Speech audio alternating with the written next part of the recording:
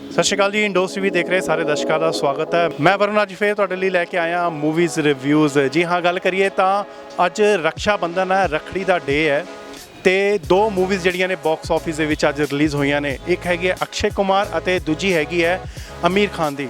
ਇੱਕ ਹੈਗੀ ਹੈ ਰਕਸ਼ਾ ਬੰਧਨ ਤੇ ਦੂਜੀ ਹੈਗੀ ਹੈ ਲਾਲ ਸਿੰਘ ਚੱਡਾ। ਜੀ ਹਾਂ, ਜੇ ਗੱਲ ਕਰੀਏ ਲਾਲ ਸਿੰਘ ਚੱਡਾ ਦੀ ਤਾਂ ਇਸ ਸਮੇਂ ਸੁਰਖੀਆਂ ਬਟੋਰ ਰਹੀ ਹੈ।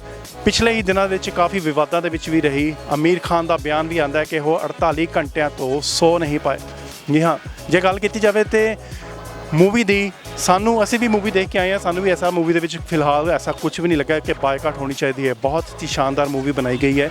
ਖੈਰ, ਮੈਂ ਪੂਰੀ ਮੂਵੀ ਰਿਵਿਊ ਨਹੀਂ ਕਰੂੰਗਾ, ਪਹਿਲਾਂ ਆਪਾਂ ਚੱਲਦੇ ਹਾਂ ਮੂਵੀਜ਼ ਦੇ ਰਿਵਿਊਜ਼ ਦੇਖਣ। ਆਓ ਚਲੀਏ ਜਾਣਦੇ ਹਾਂ ਕਿ ਲੋਕ ਜਿਹੜੇ ਆਡੀਅנס ਹੈ, ਅਮੀਰ ਖਾਨ ਦੇ ਫੈਨ ਨੇ, ਉਹ ਇਸ ਨੂੰ ਕਿਵੇਂ ਦੇਖਦੇ ਨੇ। ਕਿ ਉਹ ਬਾਈਕਾਟ करके मूवी देखना है या फिर वो अमीर खान करके मूवी देखना है। आओ फिर चलिए। अब कुछ लोग विश्वास नहीं करते, पर जिंदगी में चमत्कार होते हैं जी। हाँ,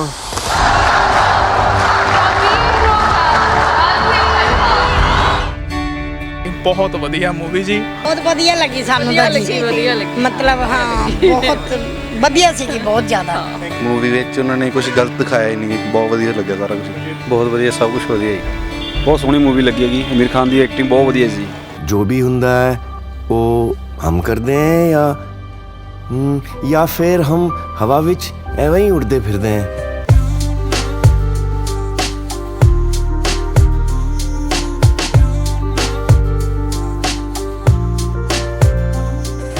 पसंद की गल ये है कि अच्छा काम करे अमीर खान ने, बहुत अच्छा करा। हाँ, कुछ ऐसा गलत नहीं है जो कि चाहे दंगे हो जाए, कुछ हो जाए, ऐसा कुछ नहीं है। एक बंदे की स्टोरी दसी है कि बंदा नॉर्मल किद्दां दा चल रहा सी, किद्दां चल रहा है, ਉਹਦੀ ਜ਼ਿੰਦਗੀ ਬਾਰੇ ਹੈ ਬਸ। ਬਹੁਤ ਸੋਹਣੀ ਮੂਵੀ ਲੱਗੀ ਹੈਗੀ। ਅਮੀਰ ਖਾਨ ਦੀ ਐਕਟਿੰਗ ਬਹੁਤ ਵਧੀਆ ਸੀ। ਇਹਦੇ ਵਿੱਚ ਮੈਸੇਜ ਇਹ ਦਿੱਤਾ ਹੋਇਆ, ਕਹਿੰਦੇ ਵੀ ਬੰਦੇ ਨੂੰ ਕਹਿੰਦੇ ਅਲਰਟ ਨਹੀਂ ਹੋਣਾ ਚਾਹੀਦਾ, ਵੀ ਜੋ ਵੀ ਕਹਿੰਦੇ ਮਿਹਨਤ ਕਰਨੀ ਚਾਹੀਦੀ ਆ, ਅੱਗੇ ਵਧਣਾ ਚਾਹੀਦਾ, ਆਪਦਾ ਕਹਿੰਦੇ ਛੱਡਣੇ ਨਹੀਂ ਚਾਹੀਦੇ ਪੈਰ। बहुत अच्छी मूवी है।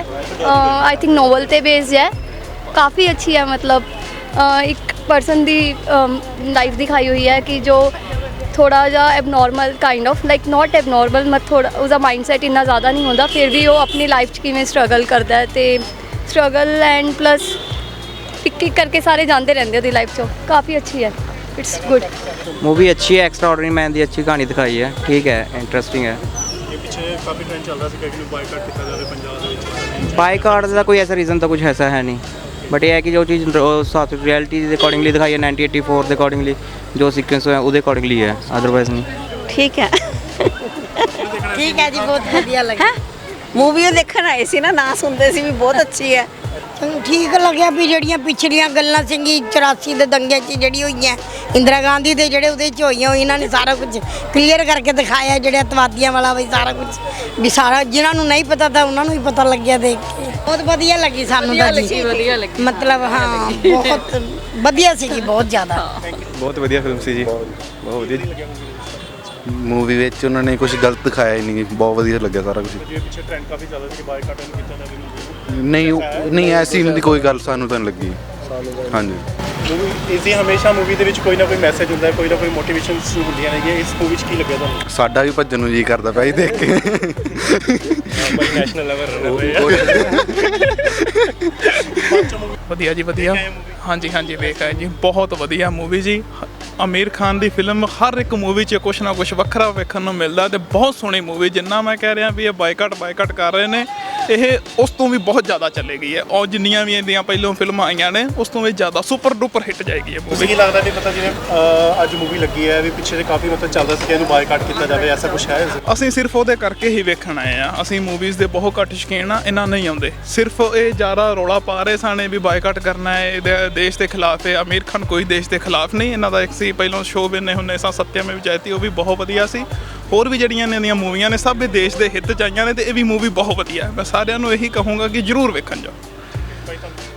ਮੂਵੀ ਵਧੀਆ ਜੀ, ਬਹੁਤ ਵਧੀਆ ਮੂਵੀ। ਘੱਟ ਸ਼ੌਕੀਨ ਹੈ ਜੀ ਦੇਖਣ ਦੇ, ਬਸ ਕਿ ਅਮੀਰ ਖਾਨ ਦੀ ਮਿਹਨਤ, ਜਿੱਦਾਂ ਉਹਨਾਂ ਨੇ ਨਕਲੀ ਦਾੜੀ ਨਹੀਂ ਲਾਈ ਹੈ 1.5-2 ਸਾਲ 'ਚ ਆਪਣੀ ਦਾੜੀ, ਫਿਰ ਉਹਨਾਂ ਨੇ ਕਹਿੰਦੇ ਸੁਣਨ 'ਚ ਹੈ ਕਿ ਪੱਗ ਵੀ ਮਤਲਬ ਆਪ ਸਿੱਖੀ ਹੈ ਬੰਨੀ, ਉਹ ਜਿਹੜੀ ਵੀ ਫਿਲਮ ਬਣਾਉਂਦੇ ਨੇ ਵੀ ਪੂਰੀ ਮਿਹਨਤ ਨਾਲ, ਸਿਰਫ ਉਹਨਾਂ ਦੀ ਮਿਹਨਤ ਕਰਕੇ ਆਏ ਆ।